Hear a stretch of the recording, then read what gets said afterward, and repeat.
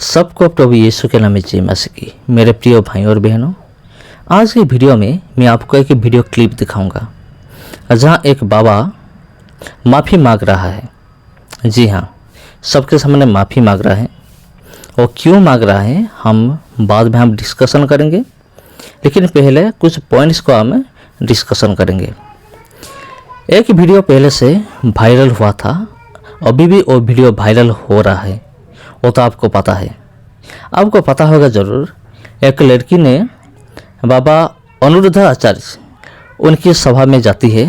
जाकर उधर क्या होता है, वो जो लड़के का मौसी है उन्होंने बाबा के सामने एक कंप्लेन करती है। देखिए महाराज, मेरा बहन का एक बेटी है, उसको मैं लेकर आई हूँ।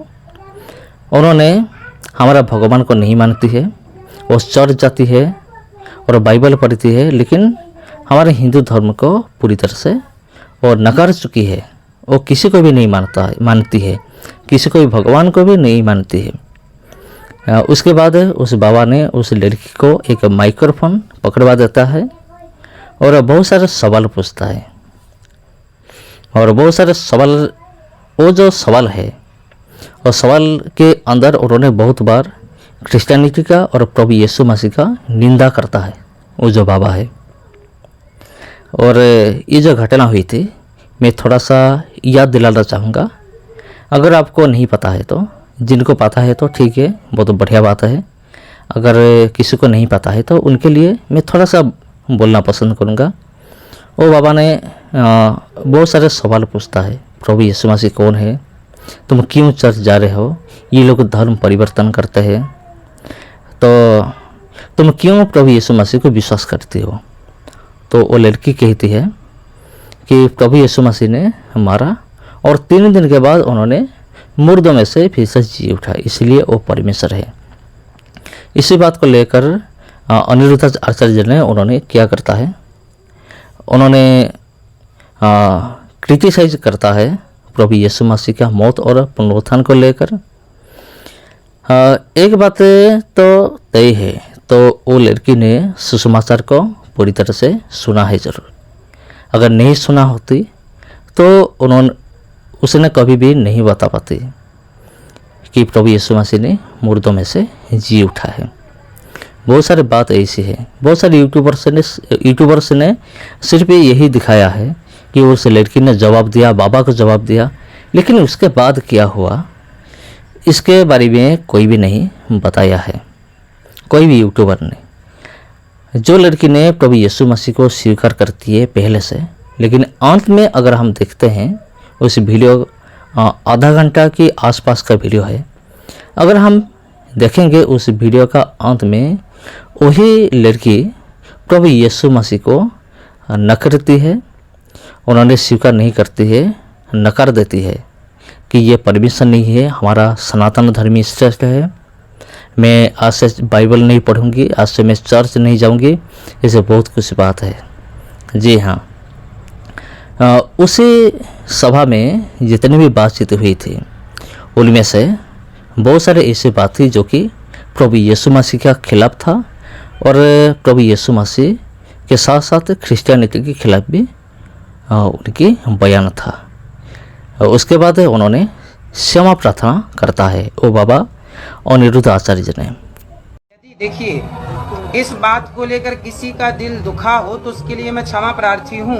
अगर आपको समझ नहीं है किसी का धर्म ग्रंथ बयान करने की, तो अपना मुंह कृपया बंद रखें। देखिए, इस बात को लेकर किसी का दिल दुखा हो तो उसके लिए मैं क्षमा प्रार्थी हूँ। तो क्यों क्षमा क्यों मांग रहा है? अगर आपका मन में कुछ आ रहा है तो आप कमेंट बॉक्स में ज़रूर टाइप कीजिए, ठीक है। तो उसके बाद हम देखते हैं क्या क्या होता है। तो इसके बारे में बात करने से पहले मैं बाइबल में 3 आदमी के बारे में बताना चाहूँगा जिन्होंने अपने आप को श्रेष्ठ दिखाया है, लेकिन परमेश्वर ने उसके बाद उनको कैसे सीधा कर दिया। वो जो टेढ़े थे उन टेढ़े आदमी को कैसे सीधा किया, वही उसी के बारे में हम बातचीत करेंगे। पहले हम देखेंगे पूरी बाइबल हम डिस्कस नहीं करेंगे, नहीं तो वीडियो बहुत लंबा हो जाएगा। मैं सिर्फ 3 आदमी के बारे में बताना चाहता हूँ। तो पहले है नेबूकदनेस्सर। ये एक राजा था जिसके पास सब कुछ था और दौलत था, उनके पास से बहुत बड़ा राज्य था और उनके बहुत सारे लोग थे, बहुत सारी चीज़ था। लेकिन एक दिन क्या हो रहा है, वो एक दिन अपने घर की छत के ऊपर घूम रहा है और सब कुछ देख रहा है, अपने देश को देख रहा है। वो सोच रहा है कि ये सब कुछ मैंने अपनी ताकत के द्वारा, अपने ज्ञान के द्वारा मैंने ये सब बनवाया है, इसलिए मैं श्रेष्ठ हूँ। उन्होंने जब ये बात सोचना शुरू किया तो उसके बाद क्या हुआ, एक आवाज़ आई स्वर्ग से, देखो राजा, तुम्हारे आज से तुम्हारे हाथ से सब कुछ गया, तुम्हारा राज्य को छीन लिया जाएगा, तुम्हारा सब कुछ। उसके बाद तुरंत उनका बुद्धि चला गया, वो पूरी तरह से एक जानवर के समान हो गया। उन्होंने सीधा जंगल की ओर रवाना हुआ। उसके बाद उन्होंने पशुओं के साथ, जानवर के साथ उन्होंने जीवन बिताई। 7 काल के बाद उन्होंने फिर लौटा। जब उन्होंने लौटा, उसका बुद्धि वापस आ गया। उन्होंने लौट कर उन्होंने परमेश्वर को गौरव करता है। जो राजा पहले अपने बल के ऊपर, अपने ज्ञान के ऊपर निर्भर करता था, अपने आप को गौरव देता था, लेकिन जब उन्होंने जंगल में चला गया, उस जंगल से वापस आने के बाद उन्होंने परमेश्वर को गौरव देता है कि मैं महान नहीं हूँ, मेरे से और कोई भी जरूर महान है, महान परमेश्वर वो है, मैं महान नहीं हूँ। ये एक राजा था। और दूसरा हम देखते हैं फिरौन के बारे में। फिरौन एक राजा था, ऐसे एक राजा था जिनका मूर्ति को पूजा करते थे लोग। उन्होंने एक कानून कर दिया था कि मेरे मूर्ति को सब लोग पूजा करें, और फिरौन को गॉड मानते थे, खुदा मानते थे। मिस्र के लोगों ने पूजा भी करते थे। उसके बाद क्या हुआ, एक दिन परमेश्वर ने 10 विपत्ति घटाई मिस्र देश में। 10 विपत्ति के बाद क्या हुआ, जब इस्राएल लोगों ने वहाँ से आ रहे थे निकल कर मिस्र देश से, जब लाल सागर के किनारे उन लोगों ने, इस्राएल लोगों ने रहते थे, उस वक्त क्या हुआ, फिरौन ने फिर से अपनी सेनाओं को भेजा, जाओ इस्राएल लोगों को फिर से पकड़ कर ले आओ, क्योंकि हमारे यहाँ काम कौन करेगा, हमारे यहाँ काम करने के लिए लोग नहीं है, इतने सारे लोग चले गए तो काम कौन करेगा, जाओ फिर से लेकर आओ। जब वो लोग आ रहे थे, फिरौन के सेनाओं ने जब आ रहे थे, परमेश्वर ने समुद्र के अंदर रास्ता तैयार किया। जो इजराइल लोग जो थे वो रास्ता में जाकर पार हो गए, और फिरौन के सेनाओं ने, उन्होंने भी सोचा हम भी पार होंगे, उनको पकड़ के ले आएंगे। जो उन्होंने समुद्र के बीचों बीच हुए तो मूसा ने क्या किया, अपना लाठी को उन्होंने बढ़ाया समुद्र की ओर, और पानी फिर से जुड़ गया। इसके द्वारा फिरौन की जितने भी सेना थे सब कुछ मर गए। तो इससे, और फिरौन का जो बेटा था, बेटा को भी परमेश्वर ने मार दिया। तो इसी से फिरौन ने, उनको पता चला कि कोई मेरे से बड़ा कोई परमेश्वर है।